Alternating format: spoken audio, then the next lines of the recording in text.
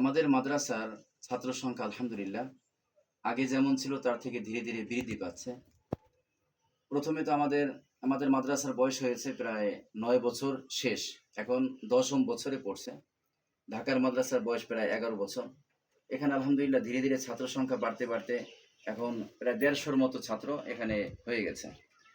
তো আগে যেরকম ছাত্রদের বসার জন্য নিরিবিলি একটা ব্যবস্থা যাই ছিল, কিন্তু এখন ছাত্র বৃদ্ধি পাওয়ার কারণে সে আগের মতো সুন্দরভাবে আরামে বসতে পারে না, কষ্ট হয়ে যায়।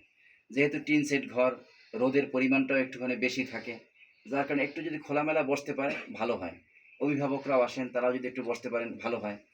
আবার দেখা যায় কিছু অনেক সময় দূর থেকে মেহমান আসেন, ওলামায়ে কেরাম আসেন, তাদের জন্য একটু বসা বা একটু বিশ্রামের একটু ব্যবস্থা থাকলে ভালো হয়। তো এখন আমাদের দরকার খুব দ্রুত একটা নতুন আলাদা ভবন দরকার। সেটা যদি এমন হয় যে বেশি খরচ, মোটামুটি খরচ যদি হয় এভাবে যে চতুর্পাশে দেয়ালটা ইটের হইল, আর উপরে টিন সেট যদি হয়, আর মোটামুটি ভিতরে যদি একটু টয়লেট বা একটু গোসলখানার ব্যবস্থা হয় বিশেষভাবে, তাহলে ইনশাআল্লাহ ভালো হবে। আর সাথে সাথে কিছু ছাত্র এমন আছে যারা দূর থেকে আসে, আবাসিক হিসাবে থাকে। যারা অনাবাসিক আছে তারা তো কাছাকাছি মাশাআল্লাহ আসতেছে, পড়তেছে।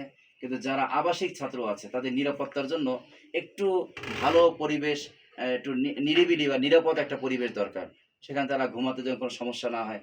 যেহেতু চতুর্পাশে বিল আছে, তারপরে বাগান ওই পাশে, তাতে একটুখানি স্বাভাবিকভাবে একটু অন্য কোনো হিংস্র কোনো কিছু থাকলে সেটাও একটা সমস্যা। এইজন্য আমরা চাচ্ছি যে ছাত্রদের জন্য নিরিবিলি একটা ব্যবস্থা রাখা, এবং সেখানে যেন আটকা পরিবেশটাও থাকে।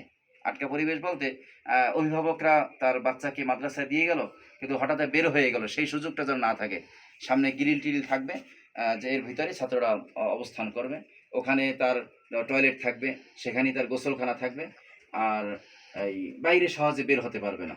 এভাবে ইনশাআল্লাহ ব্যবস্থা করো, দোয়া করবেন আল্লাহ যেন খুব দ্রুত এটার ব্যবস্থা করে দেন ইনশাআল্লাহ।